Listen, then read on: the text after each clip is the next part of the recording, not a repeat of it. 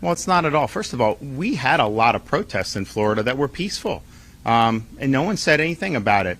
But I also had a guy jump the fence in the governor's mansion. We saw some places in Tampa and Orlando where people started to get violent. Now that was reeled in pretty quickly. I called out the National Guard. We were very serious. Obviously, I had people like Carmine who were ready to go for it. But you know, I think if you look around the country, what happens is, like in Portland, these people riot every night. They go, they get their mugshot, and then they get put right back on the street to do it again. That's what we don't want. What we want to say is, you know the difference between going out and doing First Amendment stuff, which obviously we all support. It's part of being American. The minute you harm somebody else, or you harm somebody's property, or you do those types of things, the only way we're going to put a stop to it is to have very swift penalties for it. And so I remember, seeing some of the police, how they were treated was horribly. People throw bricks at them, have you seen in some of these cities, whenever there's a little bit of unrest, literally there'll be a U-Haul that just gets left there, and there's all this stuff in the back of it for these people to do all this stuff. And so we don't want that coming to Florida.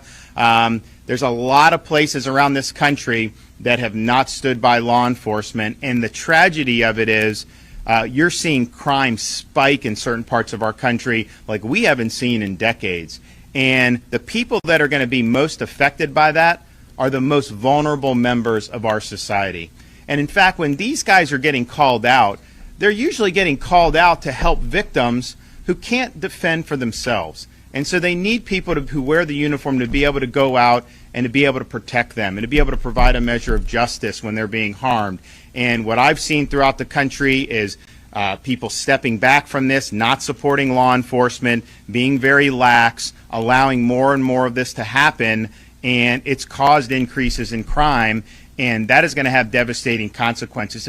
It's so good to have a good economy, schools, all these great things that we always fight for. All of that collapses if you don't have public order and public safety. And so one of the reasons we're here today with the bonuses is because we know just how important that is. And so I think that what we did plants our flag in the ground.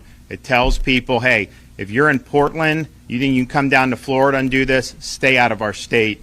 We don't want you coming down here and causing problems. And if anyone does cause these problems, if you try to burn something down, you try to harm anybody, but particularly a police officer during one of these violent assemblies, there will be consequences. They will be swift and they will be severe, and they will be such that people who see that happening will know that's not something that we want to do going forward. Thanks, everybody. We'll see you soon.